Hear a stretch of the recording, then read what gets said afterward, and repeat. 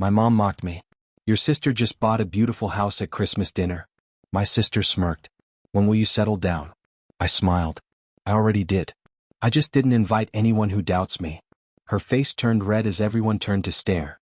My name is Claire. I am 28 years old. And this Christmas, my family finally discovered I am not the failure they like to whisper about. By the time my mom lifted her glass and announced to the whole table that my sister had just bought a beautiful house, I already knew this dinner was going to end badly. The turkey was still steaming when she leaned back in her chair loud enough for everyone to hear and said, "Your sister just bought a beautiful house. When will you finally settle down?" My sister did not even try to be subtle. She smirked over her wine and added, "Yeah, Claire, when are you going to grow up and get your life together?" The room went quiet, waiting for me to laugh it off like I always did. Instead I smiled.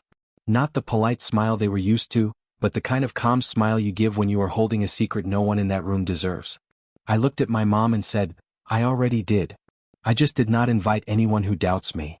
Her face went red so fast it was almost funny. And every fork froze halfway to every mouth as they all stared at me like they were seeing me for the first time. If you think that one sentence came out of nowhere, it did not. It was built on years of being ignored, dismissed, and compared to a golden child I could never beat. Stay with me until the end, and I will show you how the invisible daughter bought her own house in cash, turned Christmas dinner into a reckoning, and finally walked away from a family that never believed she was enough.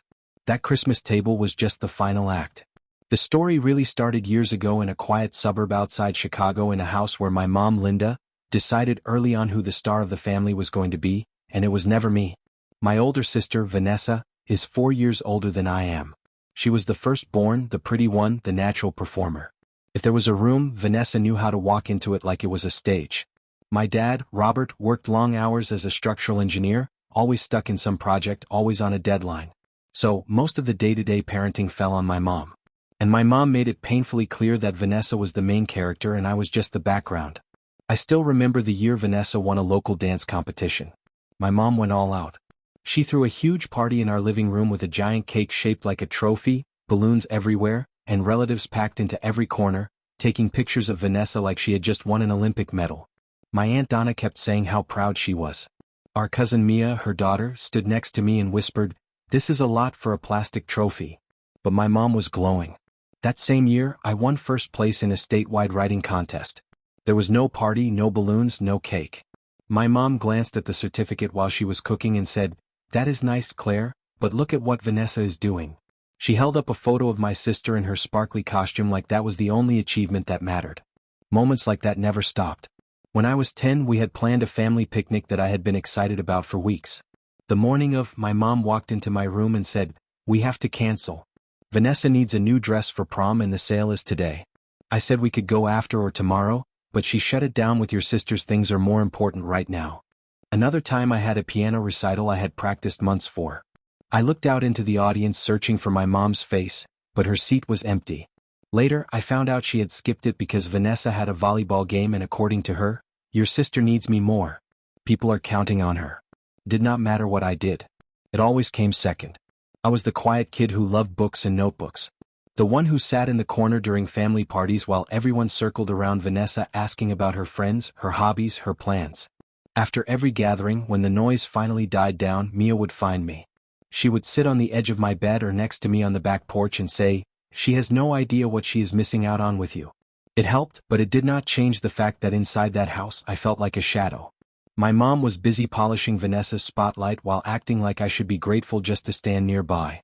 Have you ever grown up realizing that in your own family, you are not the one they are rooting for? You are just the one they expect to stay quiet and clap for somebody else.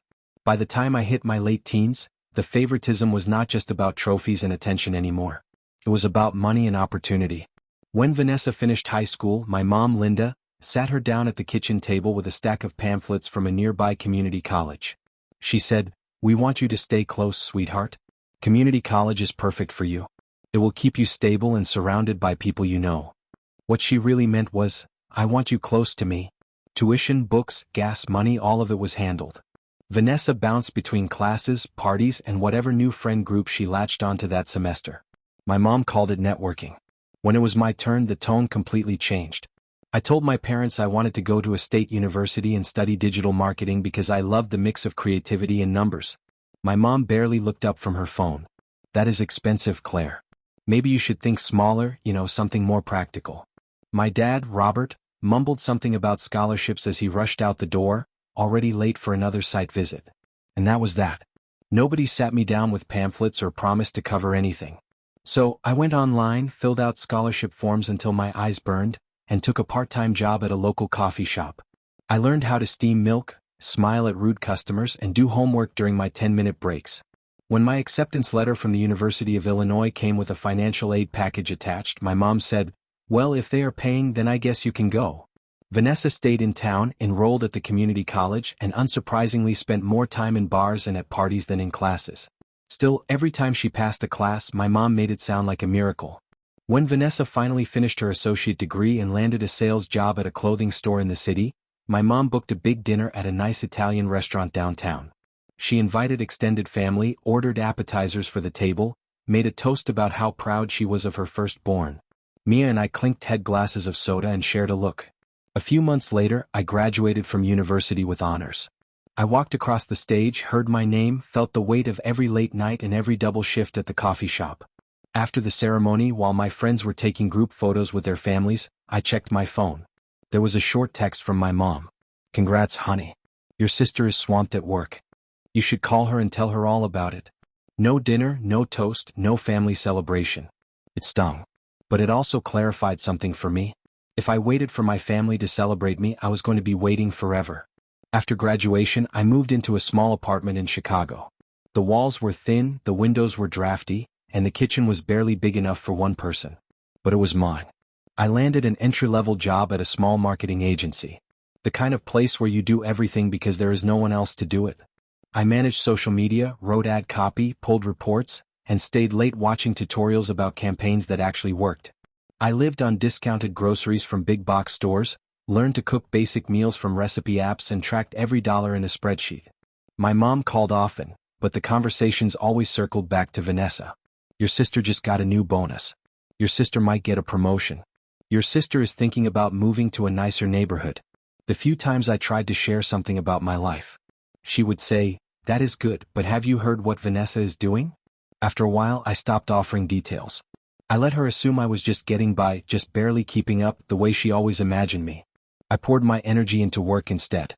Because when your own family treats you like the backup plan, sometimes the only choice you have left is to become so solid on your own that no one's opinion can touch you. I just did not know yet how far that determination would actually take me or how much it would matter on a Christmas night a few years down the line. The turning point came on a cold holiday night 3 years before that Christmas dinner back when I still cared about what my mom thought of me.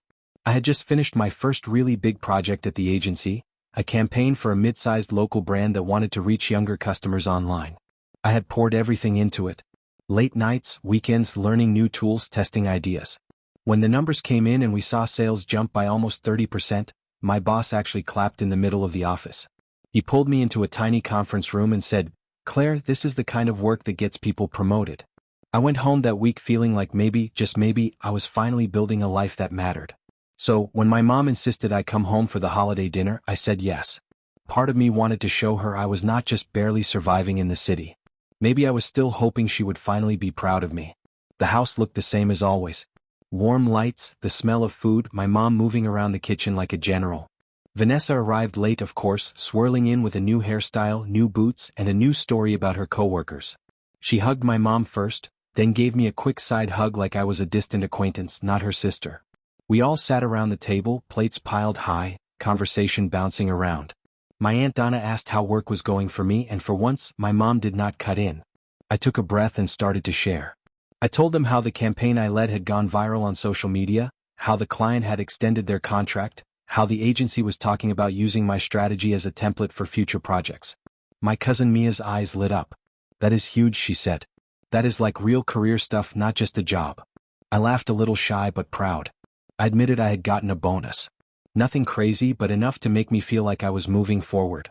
For a few seconds the table was actually quiet. Everyone listening. Then my mom tilted her head and smiled, but not at me. She turned to Vanessa and said, "Speaking of moving forward, did you all hear about Vanessa's new car? She just got an SUV. One of those nice ones so she can drive to work more comfortably." The conversation snapped away from me like a rubber band. My uncle asked about the model. My aunt asked about the color. My mom bragged about the deal they had found. I watched the spotlight slide off me and land right back where it always did on Vanessa. Mia shot me a look across the table, the kind that said, "I saw that. I am sorry." Later that night, while we were cleaning up, my Aunt Donna found me in the hallway. "Your mom just wants you to be happy," she said in that careful tone. People use when they know they are about to say something you will not like. Maybe do not focus so much on work. Men want someone who can balance career and family. Vanessa is good at that. She is not intimidating. You do not want to make it hard for yourself later. I stood there holding a stack of plates, listening to that old script all over again. Work too hard and you are doing it wrong. Do not work hard enough and you are a disappointment. Either way, I was always the one who needed to adjust. On the drive back to my apartment that night, my mom rode with me. The heater in my car made a faint rattling sound and the city lights blurred past the windshield. She stared straight ahead and said, "You know, your sister is really getting her life together. New car, steady job, good man. You should think about settling down too, Claire. You are not getting any younger." Something in me clicked into place then, a quiet, solid feeling. I realized I could chase her approval for the next 10 years and still end up in this exact conversation. Still being compared to Vanessa, like we were in some twisted competition I never signed up for. So I stopped playing. I stopped giving her detailed updates about my life. At work, I doubled down. If no one at home was going to see me, I would make sure people out in the real world did. Over the next couple of years, I moved from junior roles into managing bigger accounts. I learned how to turn trends into strategy, how to pitch to clients, how to lead a team. Our agency landed a few national brands, and I found myself in meetings with people I used to only read about in trade articles. Eventually, my title changed to creative director on a few major campaigns, and my paycheck started reflecting the hours I had put in. I started investing too slowly at first. I read about index funds and long-term growth. Downloaded a couple of investing apps and set up automatic transfers while other people my age were posting photos from expensive bars and weekend trips. I was putting money into accounts I did not touch and living like I was still broke. Meanwhile, Vanessa bounced from one job to another. Clothing store sales to assistant at a small office to some kind of event coordinator. Every time she changed roles, my mom framed it as brave and adventurous. "Your sister is not afraid to try new things," she would say, like that made up for the instability. The more my own life stabilized, the more I started to really see the cracks in Vanessa's perfect image. She always had new shoes, new gadgets, new hair, new trips. But somehow she was always calling my mom, asking for a little help until next paycheck. My mom would sigh and complain about being tired, but the money always went out. I stayed quiet, watched, and did the math in my head. It did not add up. Still, I kept my distance. I built my career, my savings, my life. I told myself it was none of my business how Vanessa and my mom handled their money. I only broke that rule the day my mom called to announce the big news, the one that would drag me right back into their spotlight whether they liked it or not. She said Vanessa was finally buying a house, and the whole family was getting together to celebrate. My mom turned Vanessa's house news into a full-blown event before a single box had even been moved. A couple of weeks after that phone call, she texted the family group chat in all caps about a backyard cookout. To celebrate Vanessa's mortgage approval, like my sister had just been handed the keys to the entire city. When I pulled up to my parents' place that Saturday, there were balloons shaped like little houses tied to the fence and a big cardboard cutout of a key propped up on the patio table. My mom had even ordered a cake with "Congratulations on your new home, Vanessa" written in looping frosting. Vanessa stood in the middle of it all, drink in hand, describing the place like it was a palace. 3 bedrooms, a finished basement, a cute little yard, only 20 minutes from the lake, perfect for future kids and hosting holidays. Every few minutes my mom would chime in with, "We are just so proud. She works so hard. She deserves this." I hovered near the grill with my dad flipping burgers while he muttered about interest rates under his breath. People drifted in and out of conversations. An aunt asked me if I was still in that little apartment in the city the way someone might ask if you were still driving the same old beater car from high school. I said yes. And she smiled in that pitying way and said, "Well, at least you do not have a mortgage yet. Must be nice not having any big responsibilities." I bit down on a reply and took a sip of my watered-down soda instead. Later, when most of the family was outside taking pictures with the cake, I went into the kitchen to refill the ice bucket. That is when I heard my mom's voice, low but urgent, coming from the dining room. I paused by the doorway and listened. Vanessa was sitting at the table with a thick envelope in front of her, papers spread out like a messy fan. My mom sat across from her, glasses on, brow furrowed. I just do not know how you are going to keep up with all of this. My mom said, you have 3 credit cards almost maxed, a car payment, and now this mortgage. Vanessa sighed dramatically. I know, Mom, but if I do not buy now, I will never get in. Everyone my age is buying. I cannot be the only one still renting. You know how that looks. My mom rubbed her temples. How much are you short for the closing costs again? Vanessa slid one of the papers across the table. Around 10 grand, she said. Maybe a little more if they do not waive the fees. I was thinking maybe you could pull from your savings or the retirement account again. Just this once. Just until I get my promotion. Just this once. The same phrase I had heard her use about extensions on homework, rent, phone bills, parking tickets. Always, just this once. My mom hesitated, then said, I will see what I can move around. Maybe I can put some of it on my card for now, just until you are settled. My stomach turned.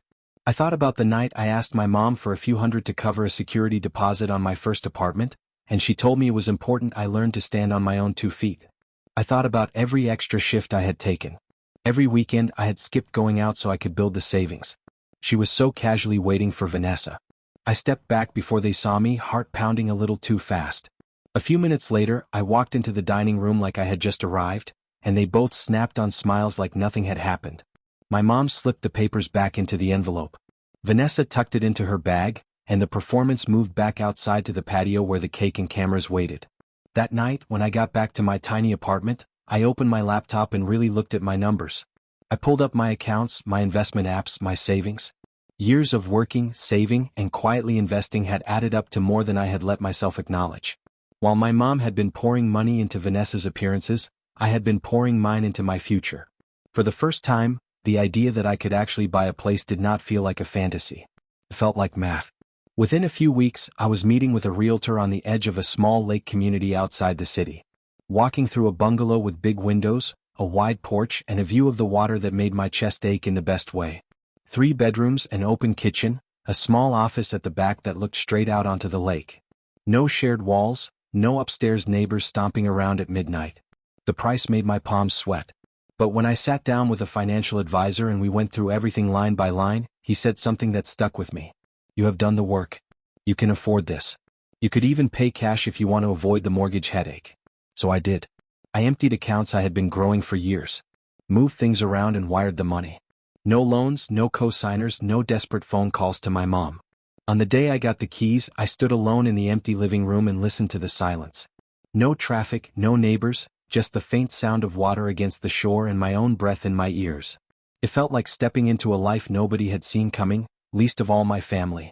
Mia was the only one I told at first. She drove out one weekend with a trunk full of plants and a toolbox, walked through the front door and immediately started grinning. Claire, she said, this is insane. This is like proof you were never the loser in this story. We spent the weekend building furniture, unboxing dishes, and arguing over where to put the couch. We made runs to big box stores, loaded up carts with towels and lamps, and by Sunday afternoon, the house looked less like a listing and more like a home. At one point, Mia stood in the doorway of my new office and said, "Do they have any idea?" I shook my head. No, and for now I like it that way. I did not want my house turned into another stage for Vanessa or another talking point for my mom. I wanted one part of my life to be fully mine, untouched by their expectations. I honestly believed I could keep it that way. I thought I could let them keep their fantasy about who was winning and who was losing, and I could just exist quietly by the water. I did not know yet that one Christmas dinner would drag everything out into the open, whether they were ready for it or not. Christmas at Vanessa's new house looked like a holiday commercial. The living room was draped in white lights. A huge tree glittered in the corner with matching ornaments. And there was a faint smell of cinnamon and sugar hanging in the air. She had Christmas music playing just loud enough to make everything feel festive. And my mom, Linda, moved around the kitchen like she owned the place, telling everyone how proud she was. I pulled up in my old hybrid, parked a few houses down, and sat there for a second staring at the front door. Part of me wanted to turn around, drive back to my quiet house by the lake, and spend the night with a frozen pizza and my cat. Instead, I took a breath, grabbed the bottle of wine I brought out of pure habit and walked up the driveway. Vanessa opened the door in a red sweater dress and perfect makeup, the kind of polished look that photographs well. She hugged me lightly, glanced at my outfit and said, "You look nice." Kind of simple but nice. Classic Vanessa. Inside, relatives were already settled in. My Aunt Donna and my uncle were on the couch. Mia leaned in a corner, scrolling on her phone, shooting me a quick smile when she saw me. My mom emerged from the kitchen, wiping her hands on a towel and kissed my cheek. "I am so glad you could make it," she said like I had been the one who begged for an invitation. Dinner was loud in the way big family dinners always are. The table was covered in food, turkey and mashed potatoes, green beans, stuffing, baskets of rolls, and a pumpkin pie cooling on the counter behind us. People passed plates, clinked glasses and swapped stories. For a while, I let myself fade into the background, listening more than I talked, answering polite questions about work in the city with vague, non-committal answers. I was halfway through my second bite of turkey when it happened. My mom lifted her glass, tapped it gently with her fork, and the room quieted. "I just want to say how proud I am of my daughter," she said, smiling at Vanessa. "Buying this beautiful house, building a real future, being truly settled. This is what stability looks like." Then she turned her eyes to me, and I felt the shift before she opened her mouth.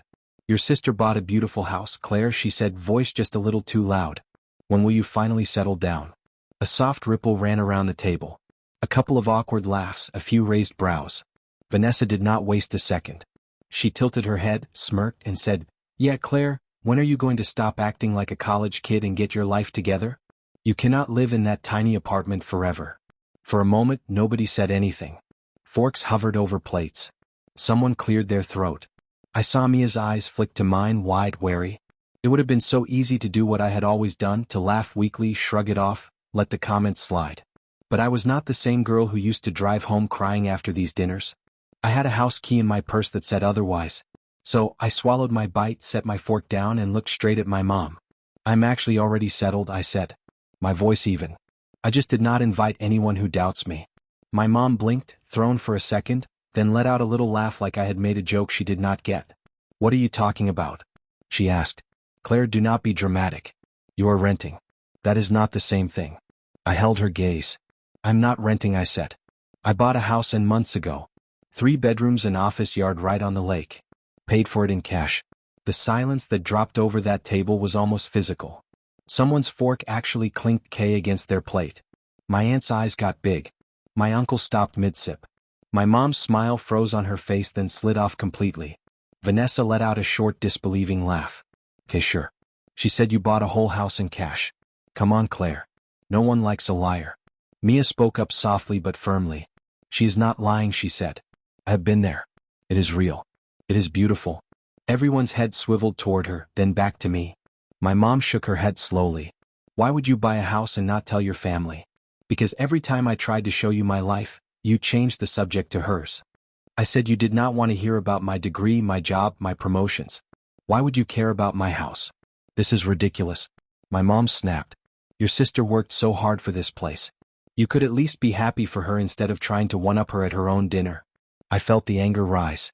Not the wild kind that makes you yell, but the cold, steady kind that makes everything crystal clear.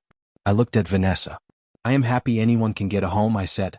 "What I am not happy about is you pretending you did it all on your own while you drain mom's savings and load up credit cards like it is free money." Vanessa's face went sharp. "Excuse me," she said. "You do not know anything about my finances." "Actually, I know a little," I replied. "I heard you two at the last cookout. 3 cards almost maxed. Car payment short 10 grand for closing. So, mom has to raid her retirement again." I did not go digging. "You were just loud." My mom's eyes widened and she glanced at Vanessa. Guilt and panic flickering across her face. "That is none of your business." Vanessa spit out. "You are spying now. Eavesdropping. That is pathetic." "What is pathetic is mom telling me over and over that she could not help me with a security deposit because I needed to stand on my own 2 feet and then lighting herself on fire financially to keep your image intact." I said, "I have been standing on my own 2 feet for years. You are standing on her bank account." My aunt shifted uncomfortably. My uncle cleared his throat. Someone muttered, "Wow." My mom's voice went tight. "Claire, that is enough. You are ruining Christmas." "No, Mom," I said quietly. "You ruined Christmas the moment you decided to use it as a stage to humiliate me while praising Vanessa." I'm just finally answering back. There was a long, heavy pause. Vanessa leaned forward, eyes narrowed. "So, you think you are better than me now?" she said, "because you have some lake house and a job with a fancy title." I met her stare. "No, I do not think I am better than you," I said. "I think I stopped playing a game that was rigged from the start. That is all." I pushed my chair back. The legs scraped against the floor than I intended, but I did not apologize. I reached for my bag and stood up. "Where are you going?" my mom demanded. "We are not done talking about this." "I think we are," I said. "You made it clear a long time ago whose side you were on tonight." "I just made it clear I am finally on my own side." For a second, nobody moved. Then Mia stood up too, almost like an instinct. "I will walk you out," she said. We crossed the room in front of a dozen stunned faces and stepped out into the cold night air. As the door closed behind us, the noise of the house muffled, my heart finally slowed. I could feel the shock I had left in that dining room, the cracks that had just formed in the story my family had been telling themselves for years. And as I walked down the driveway toward my car, keys in hand, one thought settled in my chest like something solid and permanent. For the first time in my life, I had not just survived a family holiday. I had changed it. 3 weeks after that Christmas dinner, the group chat was still quieter than it had ever been. No more all-caps messages from my mom about Vanessa's amazing new curtains or how perfect her neighborhood was. Instead, there were long gaps, random forwarded memes from relatives trying to pretend nothing had happened, and the occasional awkward question from someone asking if I was doing okay. The only person who texted me like normal was MIA. She sent me a message one night that said, "You know they are still talking about you, right? The way you smiled when you dropped that lake house bomb. You are basically family legend now." I was sitting at my kitchen table when I read it. Laptop open, my cat curled up on the chair beside me. I looked around at my home, the one nobody believed I could have, and felt something I had not felt in a long time around the word. Family peace. A few days later, I invited Mia and her parents, my Aunt Donna and uncle, to come out to the lake for the weekend. They showed up with too many snacks and not enough jackets, complaining about the cold and marveling at the view. We cooked together, walked along the water, played board games at my dining table. At one point, Donna stood by the window watching the lake and said quietly, "I am sorry, Claire. I should have spoken up sooner."